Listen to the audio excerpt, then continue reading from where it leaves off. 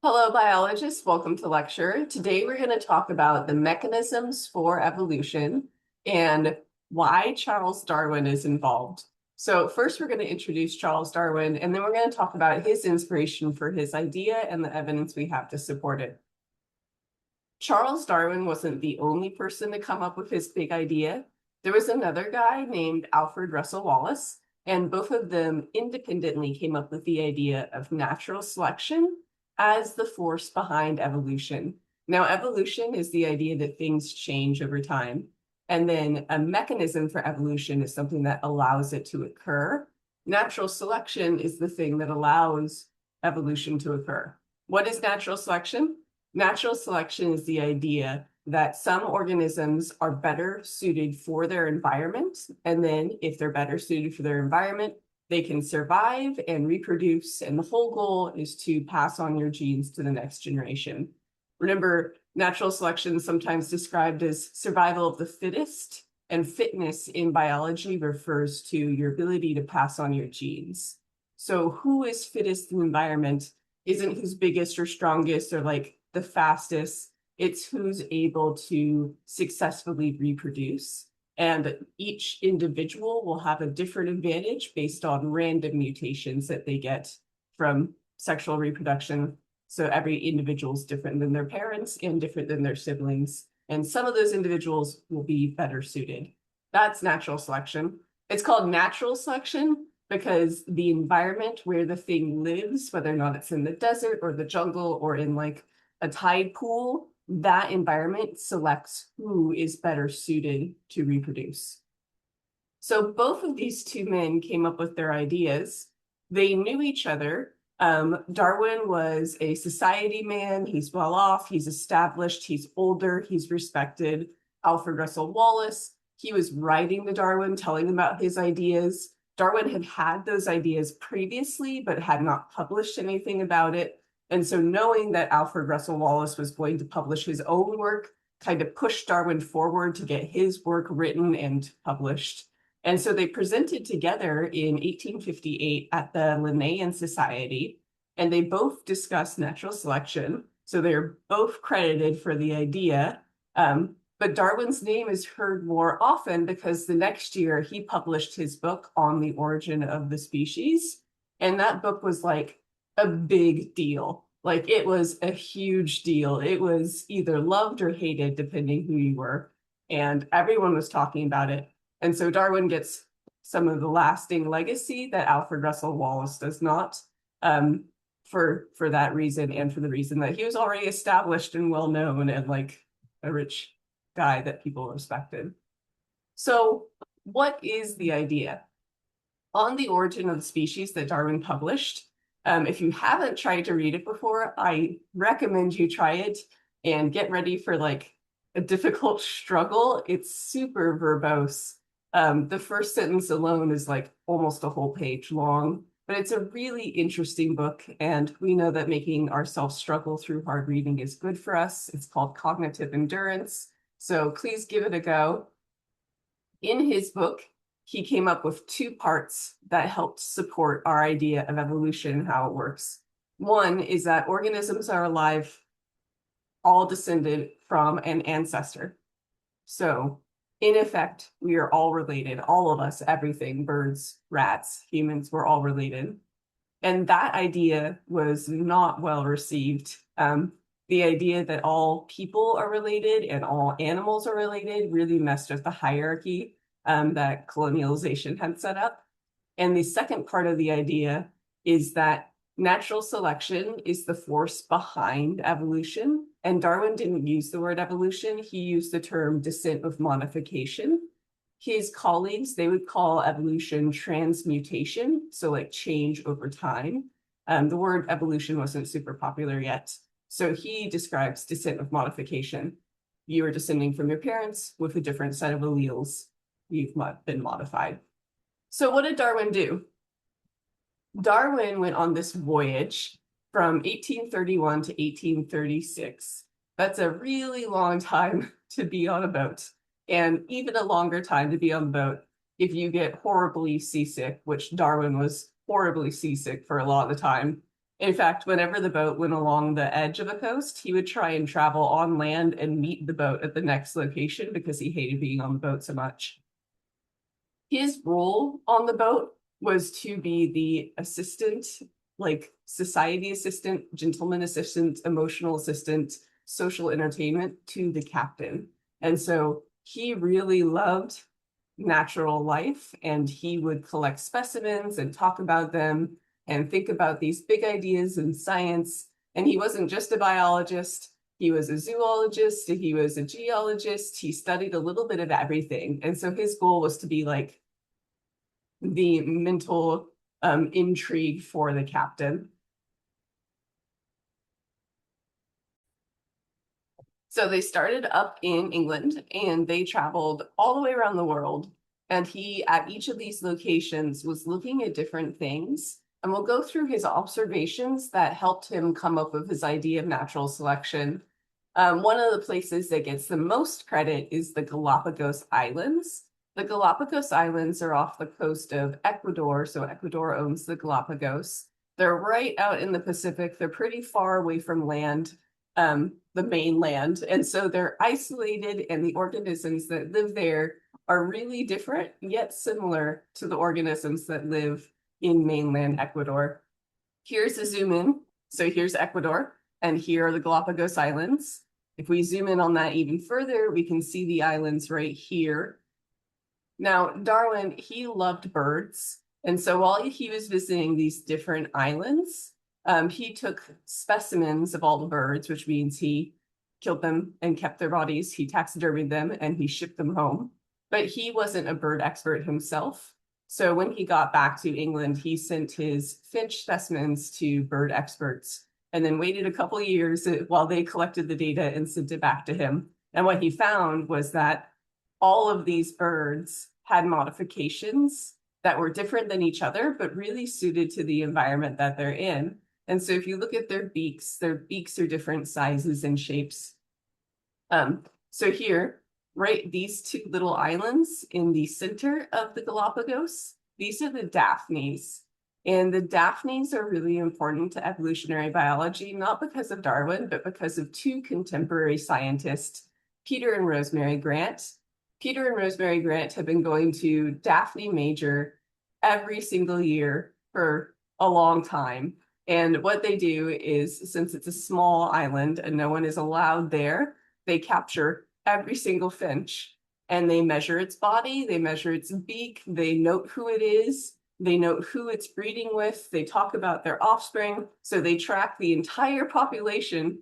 Almost every once in a while, there's one bird they can't catch, of finches on this island for decades. And they have been able to see how environmental changes like droughts have affected the population of these finches over time. And this isn't just one couple's life of research. They have found that speciation occurs rapidly. Like, they watch new species evolve as they're collecting their data. It's fantastic. Darwin didn't know about genetics. Darwin didn't know how this all worked, but he had the inklings when he was there, and his information has been elaborated on by further scientific research. There's an incredible book about Peter and Rosemary's Grant. It's called The Beak of the Finch. This is the blurb from the back. Take a moment to read it.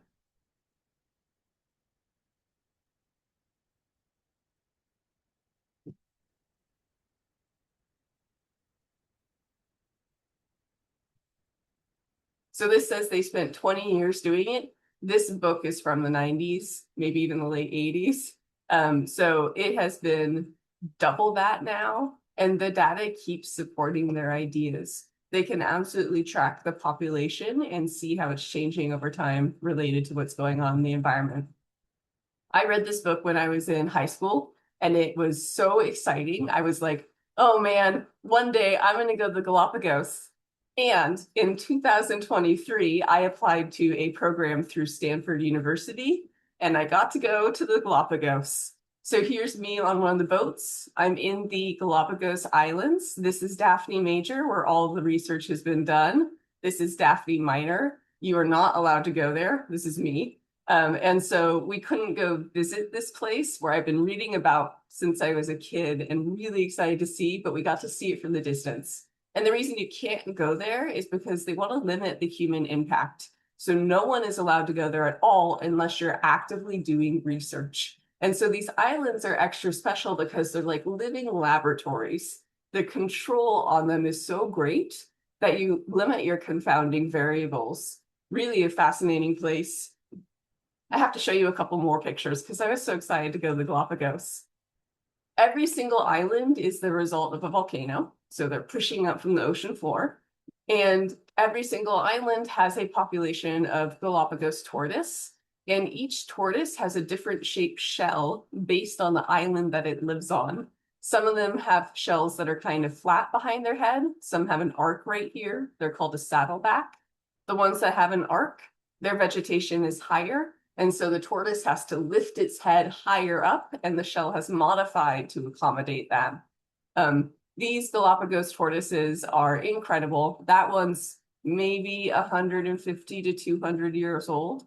We're not totally sure how long they live because we haven't been studying them that long. We do know that some that Darwin collected are still alive.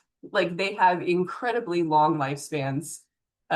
We do have an incredible story of one called Lonesome George. He was the last of his species, the last type of tortoise from his island.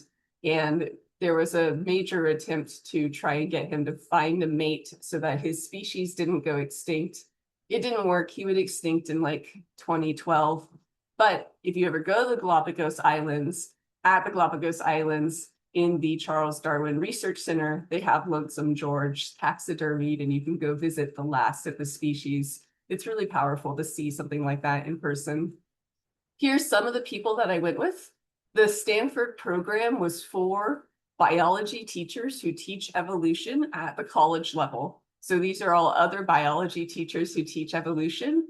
And we went to the Galapagos Islands to go see the inspiration and then to talk about how best to educate our students about the process of evolution. And we just had so much fun. So I highly recommend Googling anything that you're interested in, trying to find scholarships or programs about it, and applying to it because you never know what exists. I didn't know this program exists until I was looking into how can I possibly get to the Galapagos Islands. Going back to Darwin, Darwin was a really interesting figure. He's very problematic, but he's also very commendable. So I want to lay out all of his good and bad so that we can continue to discuss him and not like pretend that he's just a perfect specimen of a research biologist. So Darwin was a vocal opponent to slavery. That's amazing. He advocated that all humans are related and that it is completely offensive to enslave another human because we are brothers and sisters. Absolutely true. In fact, his book on the origin of the species, it was banned in the Americas when it came out because that idea was so revolutionary that they were worried people would stop allowing slave owners to have slaves. And our society was built upon that. And Darwin hated the idea. He thought it was abhorrent. So great, commendable. He was unaware of social Darwinism. Social Darwinism, it's also called meritocracy or pulling yourself up by your bootstraps. But it's this idea that you get what you work for in life. So if you are experiencing poverty, it's because you're not working hard enough. If you are not famous, it's because you're not trying hard enough.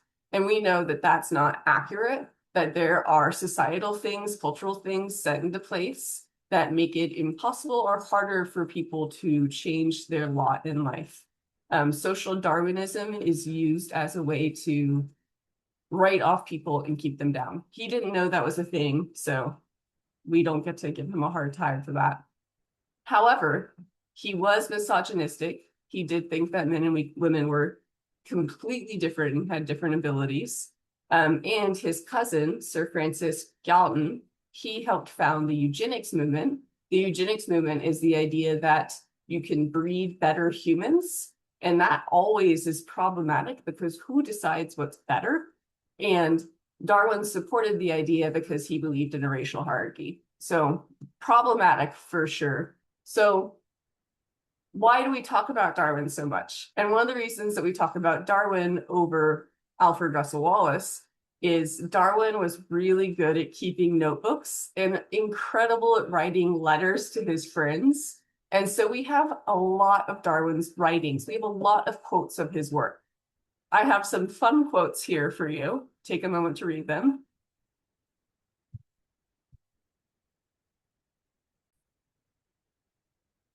So these are funny, but they also give us insights into Darwin. Darwin himself had really poor health. He did not feel good. He was bedbound. He had awful periods where he just could not manage to get anything done. Um, and so he was a rough character a lot of the time because of how poorly he felt. And he also got very frustrated when he couldn't understand things, which we all do. But he wrote about it a lot and it makes great quotes for us. So here, I hate a barnacle as no man ever did before. He has a paper on barnacles. He studied them for years. He dissected them. He drew pictures of their bodies. He spent hundreds and maybe thousands of hours thinking about them and then getting annoyed about not understanding them fully. Same thing for this peacock tail quote. He could not make sense to himself why a peacock tail was so elaborate because it makes it harder for them to fly. Like that doesn't make sense. Why would something that would limit your ability to live be selected for? And so he has all these strong feelings about being confused about it, but he writes lyrically and he writes really funny. So I have two more sets of quotes for you. I have one, his pro and con list about whether or not to get married, and his own feelings about one of the few photographs that we have of him.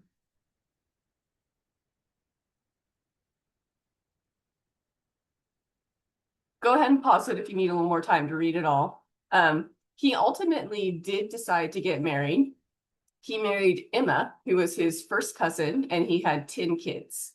He used the health of his children to support his idea that marrying people you're related to causes inferior offspring. So of his 10 kids, 3 died in infancy. Many of them were sick like he was sick. And so overall, his family wasn't very healthy and was struggling to just get through like adulthood.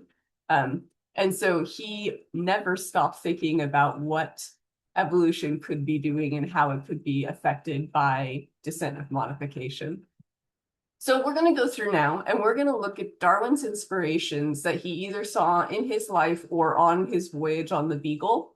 And we're going to talk about how those inspirations can help support to the idea of evolution. So the first thing that Darwin was really inspired by was homologies. We know that homologous structures are structures that are similar because these critters are closely related. So here we have pictures of the forelimbs of 2 different types of animals. One is a turtle and one is a dolphin. Now, a turtle and a dolphin, one's a mammal, one's a reptile, but they're still related in life. These are cousins in the evolutionary scale, these animals. And so in their forelimbs, you can see this pattern that we've discussed before of one humerus, radius and ulna, your carpals, your metacarpals, and your phalange. So even though they're used very differently in 2 different types of animals, that body plan has been conserved, and thus it's a homologous feature. Check out this quote from Darwin. Take a moment to read it.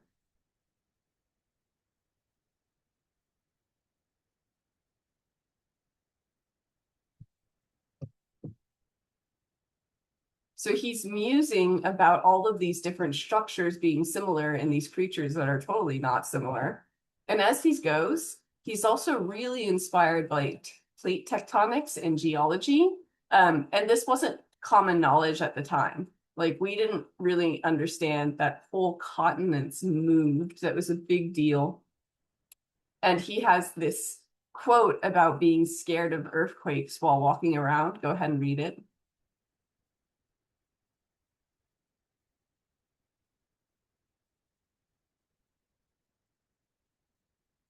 If you need more time to read any of these quotes, please feel free to pause the video. I'm going to keep going so the video is not too long.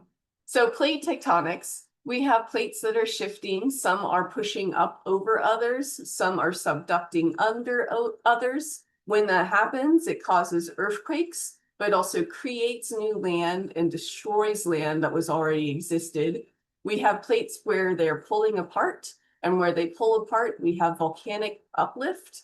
And so that creates this area of new land being formed, but also our volcanic islands. So those volcanoes are magma pushing up through the ocean, creating new land. We also have areas where the plates are coming together and causing uplift. That's how we got like the Rocky Mountains. So those plates push upward as they attach. All of this leading to instability in our physical environment. So if you looked at the Earth 50 million years ago, 100 million years ago, 500 million years ago, you would see these continents move and shift and pull apart and smush back together. And we still see the evidence. It's still happening today. And that constant change helps us with the idea of natural selection, because our Earth is not stable. It is constantly reworking itself. And the organisms that live on Earth have to be able to either change with it or die off. So here's another quote about the lava.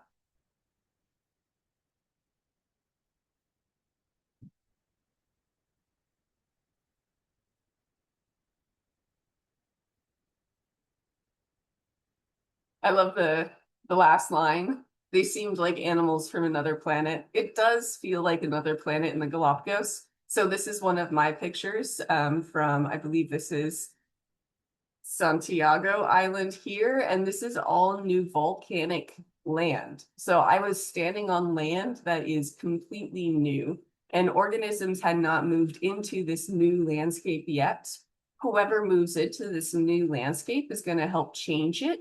It's going to break down that lava rock into little tiny particles. Those little tiny particles, with the dead bodies of the animals that move in and the plants that move in, will create soil. And that soil will eventually allow other organisms to move into it.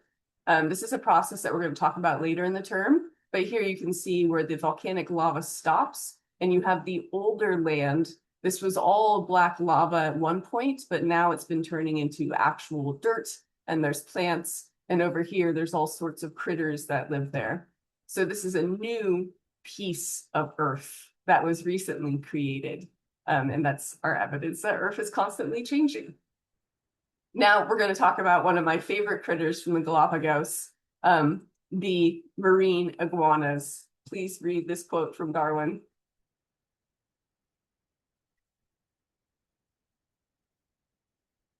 This is a marine iguana. They are the only marine reptile. They eat algae and seaweed in the ocean, and then they come up to the land and they bask in the sun because they are an ectotherm, and so they need to regulate their body with the outside environment. Darwin has a couple quotes about these that I love.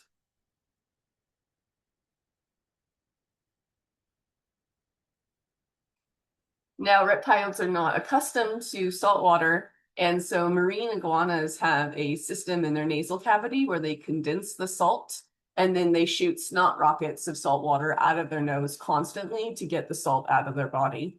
So they really are incredibly adapted to their environment. A lizard that spends most of its time foraging in the ocean, shooting salt out of its nose, living on this lava rock on a volcanic island that's relatively new on Earth. Just a fantastic creature. Another thing that inspired Darwin was all of those finches. So all of those finches on the Galapagos is an example of adaptive radiation. Adaptive radiation means there was a group of finches that were flying and got blown all the way out to the Galapagos, and they settled there. That's our theory. And I'm using theory colloquially. That's our idea. We don't really know what happened, but the finches got to the islands.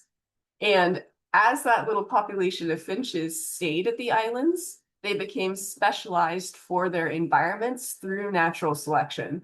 So here we have our original population of finches. Finches reproduce once a year. So as they reproduce, you have a generation every year. And over time, they branch off into different types of finches that have a different type of food source. So some of the finches have beaks that are adapted for eating seeds, and this is the name of the finches. The Geospiza is their genus, and then each of them has a different specific epithet. If you eat really hard seeds, you need a big, strong beak. If you eat slender seeds, you need a tiny, delicate beak. And then we also have finches that were adapted to eat bugs. So here you have pointy little beaks. Here you have thicker beaks. Each one of these beaks is a different length and depth and width. And then we also have beaks that were adapted to flower parts and beaks that are adapted to cactus. There's even one finch, the vampire finch. It will drink blood. And so it's got a sharp beak as well. And it doesn't drink blood all the time, but it does sometimes. So each of these is a descendant of the original population. And each of these has adapted to their environment via natural selection. So in the original population, there were mutations that led to thicker beaks or thinner beaks. And whoever had the beak that fit best was able to reproduce more offspring who looked like them, who were able to reproduce more offspring who looked like them. And over time, in a population, those alleles are overrepresented. So that population has more of that trait, it being a thicker beak or a thinner beak. So that's adaptive radiation, the example being the Galapagos finches. Darwin was also really inspired by fossils. Here's a quote for you.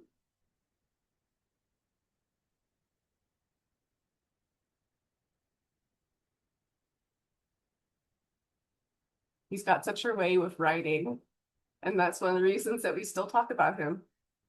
This is a giant ground sloth fossil, and Darwin actually collected this fossil. It's on display, people can go see it. He dug it out himself and brought it aboard the ship and sailed around the world with it, and then was able to study it once he got back home. He loved fossils, and what was really inspiring about fossils is he saw sloths. Like he saw our current day sloths in person, and then he saw this giant ground sloth fossil, and he could see, because of his understanding of anatomy, that they were similar type animals, but that this one was massive and no longer existed. And so he's trying to piece together what could have happened over time to make the changes going from a huge ground sloth to the size of like, a small dog up in the treetops currently. Here's another one of his fossils that he loved. It's the giant armadillo.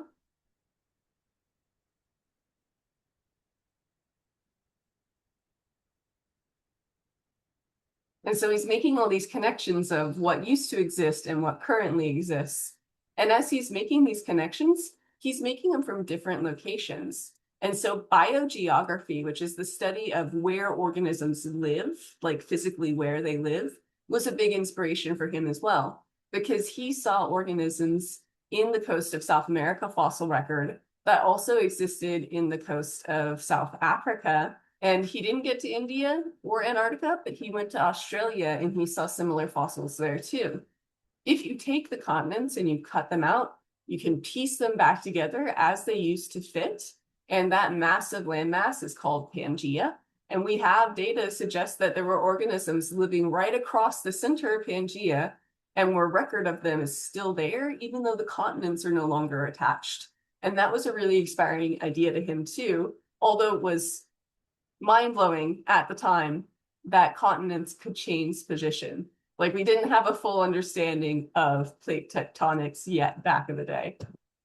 He also found fossils that seemed to transition between different types of organisms. And that was a big deal for him too, because here's your giant ground sloth, here's your in-between, here's your current ground sloth. What could be causing the push to change over time? Natural selection. So here is a quote from Darwin.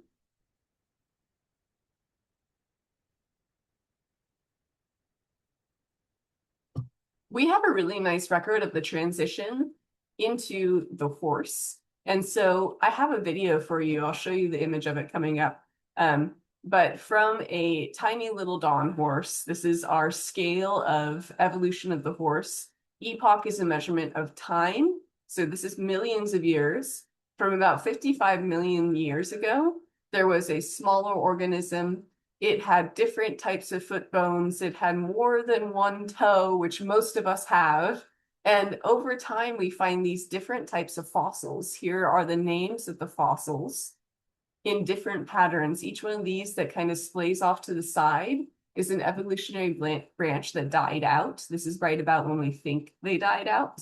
And so this is a visual representation of a phylogenetic tree, but it's a phylogenetic tree that's being shown more like a river. So each section here that branches off, this is a node, this is a branch. These would be sister taxa. So we've oriented ourselves.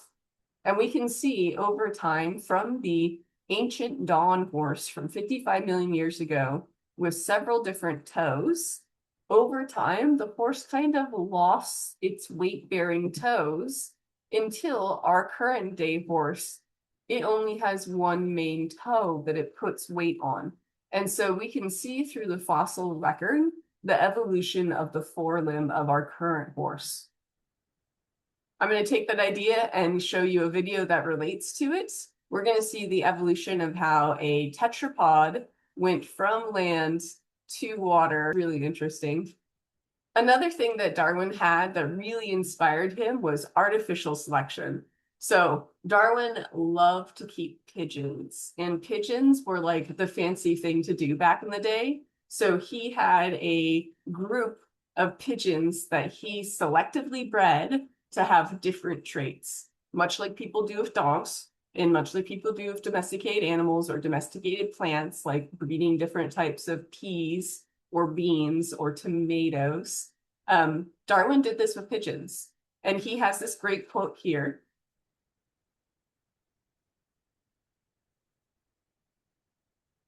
That idea really inspired him. He could see firsthand that he could change the outcomes of a species over time by controlling who reproduced and who didn't reproduce. That's essentially natural selection, but in this case, it was a human choosing who reproduced. So it's artificial selection. That's what we do when we breed things. Now, Darwin loved these pigeons. This is one of my favorite quotes of his. At one point, he had over 90 fancy birds, and he wrote to a friend, Lyle is his friend's last name, who was an inspiration for him. Lyle is a geologist. Please read that quote.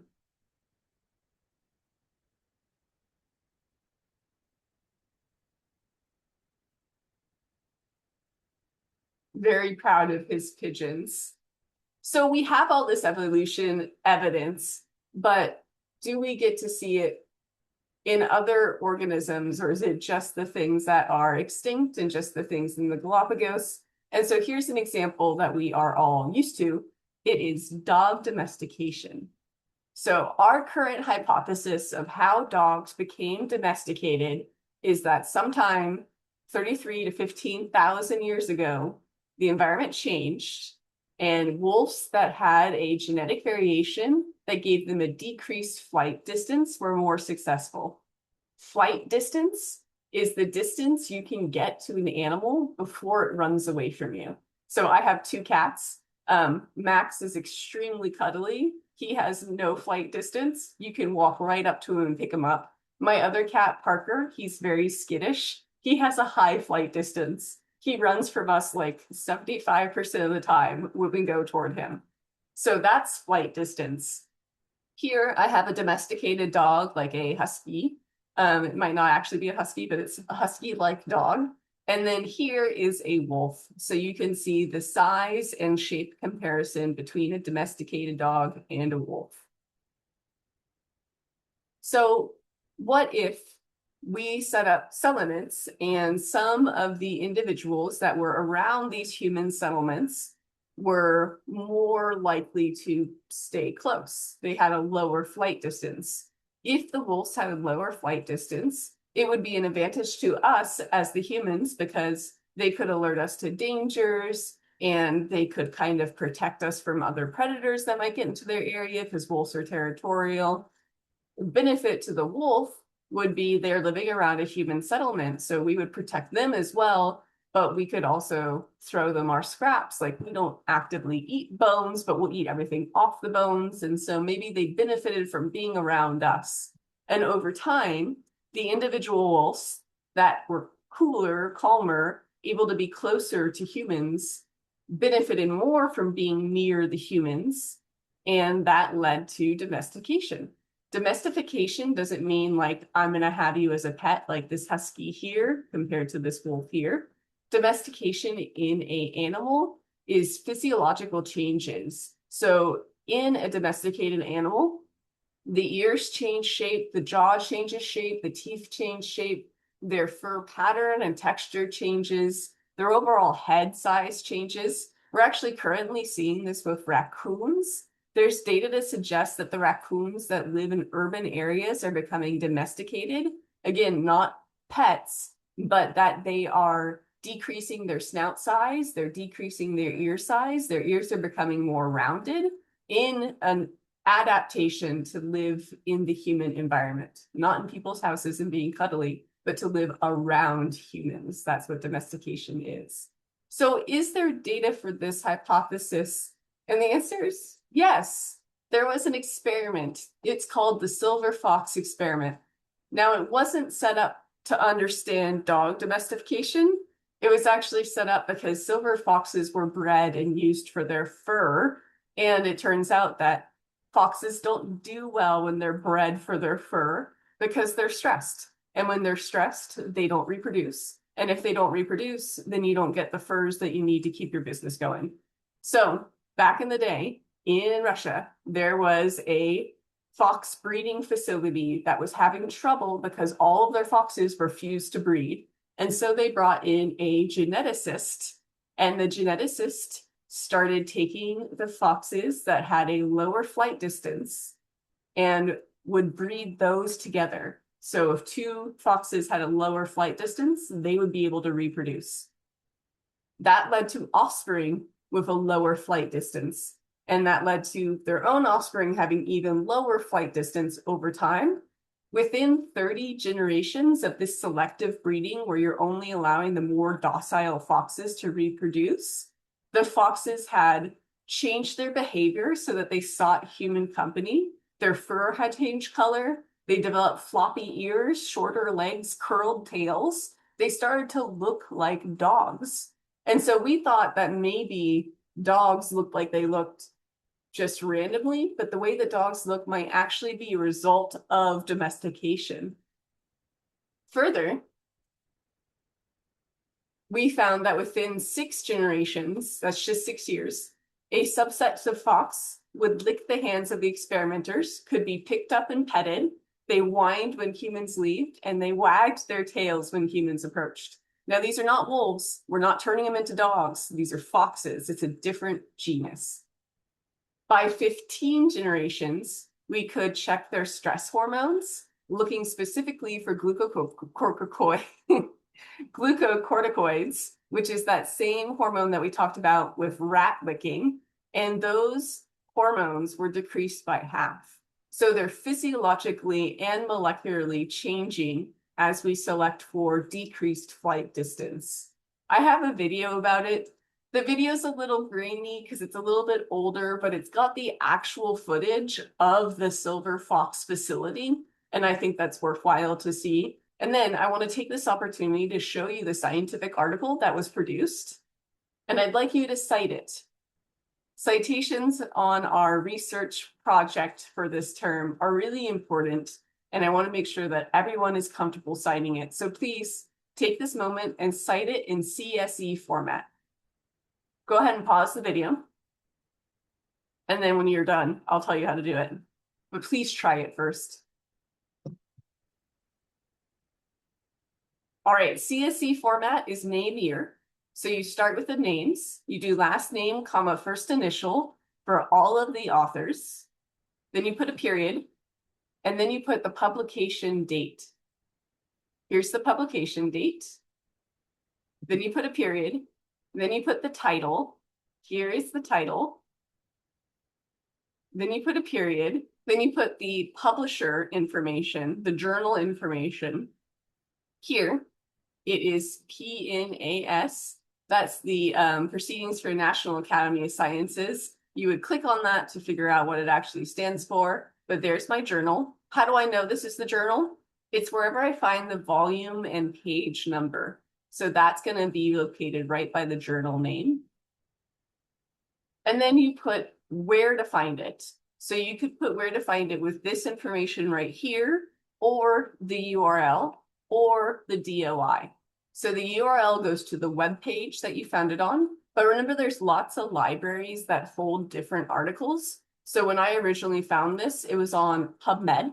PubMed is just a library, it's not a journal. And so if I did the URL, it would say PubMed in there, but that's not just a link to the article itself, it's a link to the library. And so URLs end up being longer. That's totally fine. You can use a URL or you can use the DOI.